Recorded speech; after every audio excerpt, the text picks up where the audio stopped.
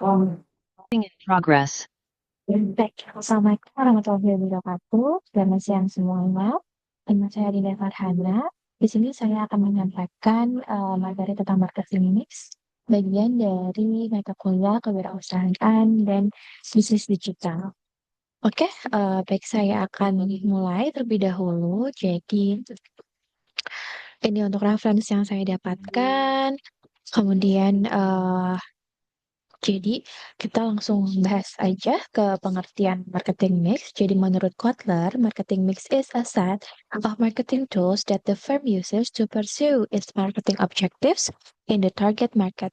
Jadi, sebetulnya marketing mix ini merupakan alat yang pemasaran ya yang bisa digunakan oleh perusahaan untuk meyakinkan objek pemasaran atau target pasar yang dituju. Jadi, biasanya eh, sebelum suatu perusahaan ingin membangun perusahaan gitu ya, di awal itu perlu penting sekali untuk melakukan analisis marketing mix terlebih dahulu. Nah, jadi nanti kita akan pelajari kira-kira elemen-elemen apa sih yang ada di marketing mix itu.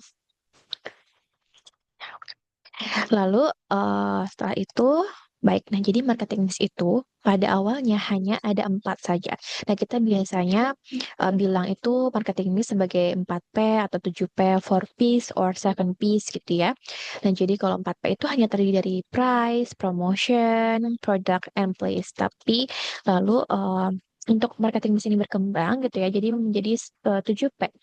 Nah, yang tadi empat elemen tadi ditambahkan tiga elemen lagi, yaitu adalah people, process, dan juga physical evidence. Nah, di sini tentunya kita akan membahas satu persatu ya, teman-teman semua.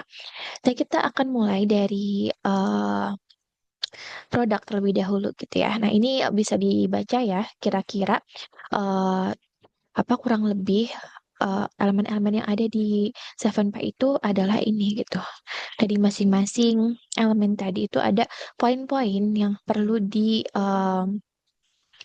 dianalisis juga gitu ya. Nah, ini kita coba bahas dulu untuk produk gitu ya. Jadi kalau produk ini tentunya suatu perusahaan pasti punya produk ya, either itu tangible atau intangible. Either itu physical gitu ya atau misalnya eh, layanan atau service gitu ya. Jadi produk itu apa sih? Product is what is offered in the market to satisfy customer needs and wants, gitu ya. Jadi memang produk itu apa yang ditawarkan oleh perusahaan untuk apa namanya memenuhi apa yang diinginkan dan dibutuhkan oleh customer. Bahkan lebih bagus lagi jika suatu perusahaan itu membuat produk yang bahkan si customer itu tidak tahu bahwa user atau customer akhir itu butuh produk tersebut gitu ya. Jadi contohnya misalnya Gojek atau Grab gitu.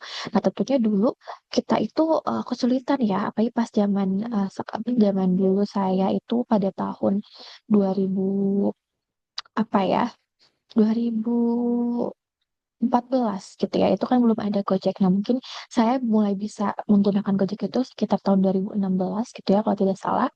Nah di situ mulailah ternyata sangat apa namanya sangat memudahkan sekali ya dengan kita punya Gojek gitu. Nah, tadinya kita harus jalan dulu untuk mencari kepakalan ojek gitu ya. Kemudian kalau misalnya nggak ada ojeknya, pastinya kita tunggu dulu di sana.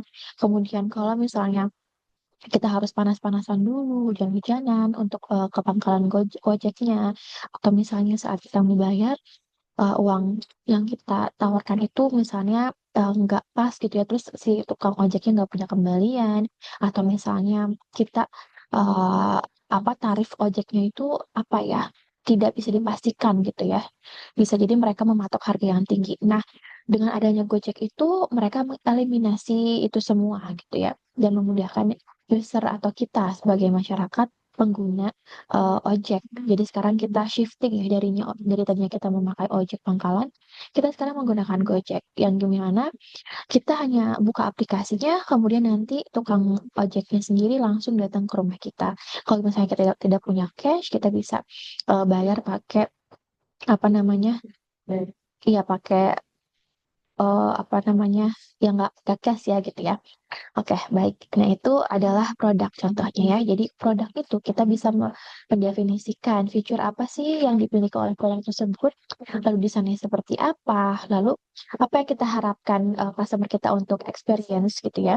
Kemudian namanya apa, lalu brandingnya seperti apa, kemudian differentiationnya seperti apa. Jadi apa yang ingin kita bedakan dari kompetitor kita seperti itu ya. Jadi kita harus bisa menjawab hal-hal seperti ini gitu ya.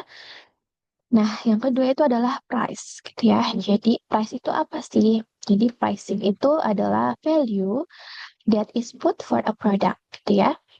Jadi saat kita membuat pricing structure atau harga gitu, kita juga harus consider supply cost-nya berapa, seasonal discount-nya kapan, dan juga harga dari kompetitornya itu berapa. Nah, tentunya value dan price itu harus seimbang ya. Kita yang apa yang kita tawarkan dan juga harga yang di apa patok kepada customer itu juga harus seimbang seperti itu. Nah, dari price ini juga ada berbagai macam ya. Jadi yang pertama itu ada cost plus pricing, di mana di sini kita uh, hanya adding a little profit based on the amount the company wants to make. Jadi pertama kita hitung dulu nih modal kita berapa. Kemudian setelah itu, setelah kita breakdown modalnya berapa, kita apa namanya, kita tentukan kira-kira berapa persen sih keuntungan yang kita ingin miliki gitu ya. Misalnya kita ingin apa production cost-nya 50.000 gitu ya. Kemudian kita ingin punya profit 50%. Ya udah jadinya tinggal 50.000 dikali 50% deh.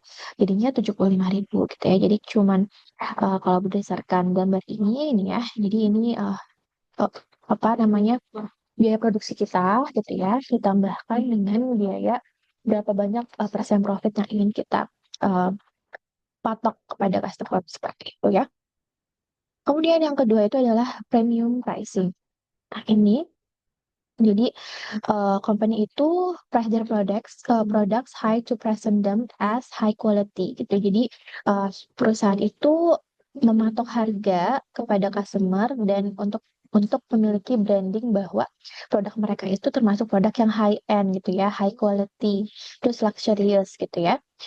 Nah, ini biasanya dipakai di fashion dan juga teknologi industri seperti itu ya, misalnya seperti Starbucks gitu ya, Chanel dan juga misalnya ada coklat-coklat lain. Dan mungkin juga sekarang sudah mulai banyak bermunculan ya di Indonesia gitu ya, misalnya makanan apa namanya kue basah yang biasanya kita temukan di mana di pasar gitu ya. Sekarang jadi naik kelas gitu ya, naik level jadinya di packagingnya bagus dan juga harganya juga jadinya mahal juga seperti itu. Jadi ini adalah termasuk premium pricing juga. Lalu ada juga yang namanya value based pricing. Jadi value based pricing ini pricing strategy yang consider value of a product to its consumers rather than its production cost. Jadi memang suatu perusahaan ini menawarkan pematok harganya itu karena value yang ditawarkan kepada customer juga gitu. Misalnya seperti ini ya perusahaan Lawe gitu. Jadi ini adalah suatu perusahaan ya yang dimana mereka itu meng-hire wanita-wanita di sekitar rumah produksinya gitu ya. Jadi eh, ibu rumah tangga yang tidak bekerja gitu, yang tidak punya pendapatan, mereka hire, mereka latih, kemudian eh, eh, untuk memproduksi ini gitu ya, tas dari tenun kayak gitu. Jadinya itu bisa menjadi story gitu ya dari oleh Lawe yang bisa diceritakan kepada calon customernya bahwa Lawe ini menawarkan